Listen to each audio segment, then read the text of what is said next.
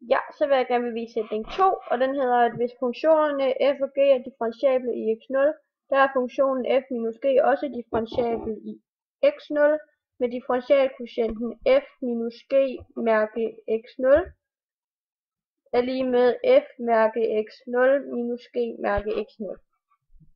Og så har vi følgende brøk, som er differentialkvotienten for f minus g i x0.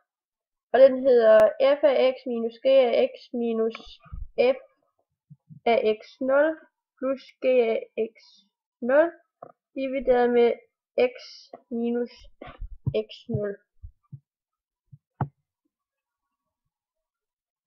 Hvis vi så arbejder videre på den brøk, så kan man starte med at fjerne parenteserne. Vi kigger, så vi kan se. Ja. Den første parentes, det er jo bare en plusparentes, så den kan man bare ophæve, som jeg har gjort her. Og den anden parentes, det er en minusparentes, så derfor skal fortegnene inde i parentesen ændres. Og da begge to er plus her, så bliver de så begge to minus her. Det næste trin, det er så at samle f'erne og g'erne. Så der kommer til at stå f af x minus f af x0 minus g af x minus g af x0 over x minus x0.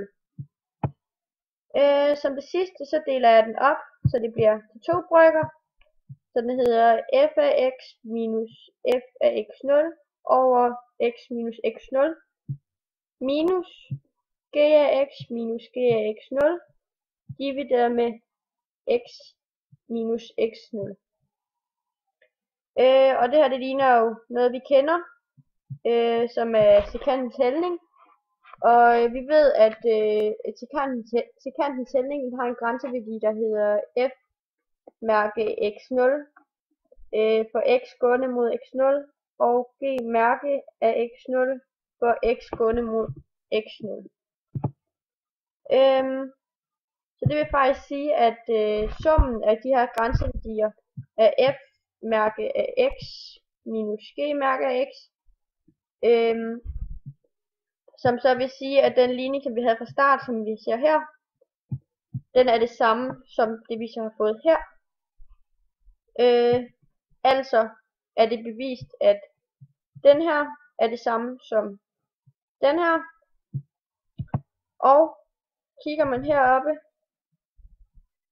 så står der jo, at f og g er differentiable i x0, og da f og g er differentiable i x0, f og g i x0 er differentiable i x0, og det er det samme som f mærke af x0, eller minus g mærke af x0, så må det jo sige, at den her også er differentiabel i x0.